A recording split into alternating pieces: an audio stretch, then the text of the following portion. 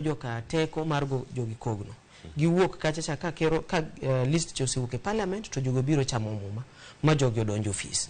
Koro kaluwore inwango ka LSK plus any other concerned Kenyan nodhi e doho mondo gisik interpretation mar doho e wechegi nikech gitimo to chik onge. Koro ji 50 gadegi manyocha yier e position mar jolup jotend migepe ging'e maber ni gionge ang'oa gionge tich nikech chik odagi. Mano gima chik ma Kenya kotimore nade okoyie. To gima nyalo kwayo jatend piny ni mondo kaka no singonwa kano kawo muma ni odhi protect and uphold the constitution mar Kenya. Mane gima onego tim. Ma in fact nowacho ka medo gi kuma okilo wacho. Nowacho ni judiciary is underfunded. Mano wacho ni jogi dwaro ni omed gi ang'oa budget mondo gibed independent ma ginyalo make their decisions maonge any intimidation from the executive. Koro olu wach manotimore nade mano wacho. Those pronounce themselves ni the positions mag CAS is unconstitutional. Makanye moningo wego. Makoro kendo kodwa chako dhi mbele ni wadhi appeal mondo mano dhi ao Pandora box. Maonge gima pod dhi timore nade dhi konyo nikech ng'e gima ber ni gini time ting'e maber ni en ang'oa e tok chik. Sani kata gima noningo bed ni fight ne most ni ka kodwa duoko garama mar ang'oa mar ngima piny. 1.7 billion ni ng'eni pesa ni nyalo gero kata dispensary moro e county moro somewhere maonge hospital. It is enough to do that. 1.7 billion nyalo bedo subjected kanyi e help mondo nyithindo masomo ma onge pesa nyalo yudo pesa ni mondo apply loan through help mondo gisom godo. Koro kuma koro chopeni wachopo kuma tek to ok ni tek ahinya nikech chike momiyo wachopo kanyo ma chik mane jo Kenya kalo 2010 overwhelmingly ne giwacho ni mai gima dwa tiwa koro we chik mondo tiwa. Wakili agunero kama nyo jono piyo kwa mlere bende okang' machielo kama wantiere sani wakili ntiere chenro ma sirkal pono ntiere kuru ka gidhi appeal wanya neno ka jotend migepe jolup jotend migepe giduogo kendo gichako tich to ka giduogo odhi ataro mar do kata ng'eto ma do ochiwo dhi bedo ni itime yo machalo nade ne jal ma en jatend piny Kenya mano singo rito katiba jal mane osingore mar rito ratiro mag bede sirkal duto kama gintiere ka do ben achiel kuom gi kar kacha bende wadhi neno ka kudhi loso koro ka nyalo mano miwa pachi ka gisimija kacha koloso kinde mokadho gi kaka oloso sani en ang'o migeno winjo kuom jatend piny Kenya kata jalupne duche ma kauno ka ntiere Lundiani wagende ang'wane kachiel bende kawuono pogruok dhi neno kanye koso wadhi neno lokruok machalo ne kaka wuoyo kaluwore gi ng'eto nikech jogeto sechako wuoyo wawinjo ka jod bura kachiwo paro mopogore wacho ni oyo judiciary has gone rogue tiende nang'o iwinjo ni kinde mokalo ka ng'eto kobiro koru judiciary rach ko ng'eto kotenore koru ober kendo ipake. Wakili adieri mae thuolo ma jatend piny Kenya ker William Ruto noningo kawo thuolo ni mondo otim gimoro ni redeem himself. Osekier mang'eny kendo osekier mosechwanyo jopiny chakre Finance Act moketo koro piny oridore nyaka sani. Wang'e ni seche mitimo gik miluongo ni campaign promises moko itimo ne iluongo ni political expediency te ni itimo gidirogi mondo olom dhano seche moko kidhi e kisera tiso nyako ni kama but mondo kel pogruok gima wacho kawuono bokonye kesa ng'eni olape bochwer ni ong'iyo gini beyond 2027 ni 2027 kobiro to be nyalo yiere kendo en thuolo makende mar William Ruto mondo ng'iyane ni to nyaka na cham muma sani en dweche 10 ang'o masetimo marach kasa setimo maber ne jopiny manyalo konyo nikech king'iyo hie lemo miluongo ni Chief Administrative Secretary ni obed ni onge kata entie ok affect gimiluongo ni service delivery kata cabinet Chief Administrative Secretary onge ok nyalo wacho ni ministry koro ni ok ran ni onge ng'ama nyalo chuo kogno e otas moro koro en gima waluongo ni superfluous en gima ok oningo bed ni bedo en gima ok wadwar en gima ochuogi koketho chik koro mane gima kero oningo ng'e ni seche modwaro ng'iyo ni okonyo jok mano chung kode onyalo konyo gi yore mopogore kada ko wacho ni koro dhi appeal mano wacho ni nikech wan gi do miluongo ni High Court to gi the Court of Appeal mani malo ne to gi the apex court moluongo ni Supreme Court. Kodhi omako appeal to owacho ni koro ni court of appeal owacho ni wamiyo gimi waluongo gi dho chik ni stay. Tiende ni stop kata wachungo bura manong'adi gi doho mar High Court. Mano bonyiso ni jogi bo dhi mbele gi tich kendo gibo chamo sara. To mano gimoko bi konyo piny. Ing'eni gimoluongo ni the presidency ni, it is both executive office kendo en political office. Gimoro amora mitimo ka in ker onego bed ni lombo jopiny kesi campaign. Koro ni timoro ma jasiasa emomiyo kidhi ineno ka seche moko waonge political mood. Tineno ka gichuogo romo moko ne ji dhi e kanisa, ji dhi wuoyo, to en mana siasa. Koro seche ma gitimo kama onego ging'e ni to jopiny neno gi nang'o. Adier makende ne sani Yesu Sabasaba biro kae tarik 7 Chentu chabich wanyisi agole siri dhano madhi wuok oko karomgi ibo neno gi wang'i to ken jiwega ni gigen mana Azimio kende dhi Turkana todo Nyang' tichak idhi Mombasa tichak idhi Tong'i Sibania michak idhi nyaka Busia. Jogo te bonyisi ni piny oridore to sirkal osebedo ka timo makosa okang' mopogore opogore. Koro mae saa mar Ruto mar ng'iyo niya ka en an koso jok moluora gi ema misadvisor atim nang'o agol moko because adier makende ni jok moluoro ker gin jok maluongo ni sycophants. Anyalo luongo ni gin sycophants. Gin jok mano kawo moko nyalo chung' katiyan gi mawacho ni ker itimo makosa jatelo in duk rwak law. Mane gima nodwaro to jok moket ka gin jok vijene moko mane ng'ato ne kia pie ng'ato obedo ka koro en ng'at ma pol dwaro kinyise ni ok onyal bedo gi mijingo mar nyiso ker ni ker idhi marach tim kama keso ng'e ni dhi gole oko. Ker oningo ng'e ni gimotimo ni ok en gima ber.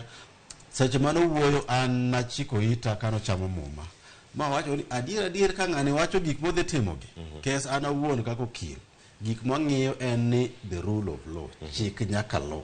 Mano wan ka wabedo okil kipuodhowa to wachamo muma iluongo ni oath ni wabedo administer justice without fear or favor. Koro gacho ni ng'ani seche mochamo muma mowacho ni odhi respect the rule of law to moko osebedo ka timore odhi timo gina dieri king'iyo ni tiyudo ka actually otime marach king'iyo sani kaka Uhuru ne teme. Uhuru bedo higni 10 kaka nawacho cha to ng'ani osebedo mana dweche 10 kende tiyudo ka gimoro amora matimo en Mr. Nalan Void. Ma gima oningo ong'e ni koro kwadhi mbele watimuru nao. Aya, napora moke juang kitemo pimo kanyo ne gibedo kanyo yo machalo nade telo mar Uhuru Kenyatta kod mano mar William Ruto ka koro tenore kod rito chik kata mago mo ong'ade do wadhi neno wach machalo nade ka wuok kuom jatend piny Kenya William Ruto. Sani wachokane pad jopiny kendo SMS wa en 3:600 ka wantiere kodi achiel kachiel wanyalo nene kanyo e kinde ma wantiere wanyalo nene kanyo achiel kachiel ote mag Facebook. Aya wacho kanyo ni okeo gi kawika wacho ni Cleophas CS ber ka bedo 23 e Kenya ka an amor kaka ong'ade no to kata finance bill bende 2023 be owinjore wuoye mano be ne wasi wuoye kendo koro aritane ni do to koro dhi bedo kacha ka chomo kanye. Erokamano ahinya. Warang'ane ote machielo Joseph wacho ni shida ma Kenya en sirkal ok oluoro do ma bende ibiro neno ka bende gidhi mana mbele kod tich gitok moruodho. Aya erokamano ahinya. Kevin Arucho wach do ma Kenya kae wang'iyogo wacho nikech kata wan gisewito mang'eny to sirkal tiyo dhi mbele koro mago wang'iyogo. Erokamano Kevin Arucho in isa jok dimore wacho ni wachno mora pesa go te mane dhi chul go jogo be onge. Erokamano ahinya dimore. Nitiere Washington Masero Jasuna Migori wacho ni an gima ng'eyo ni wan gi sirkal ma wang'e tek kendo gin wach mar public participation e gikia kendo kapok higa orumo to gisehinyo jopiny kabisa. Kuom sani finance bill dhi hinyo, sani en Finance Act Washington. Wacho kanyo ni mano dhi hinyo jopiny kabisa.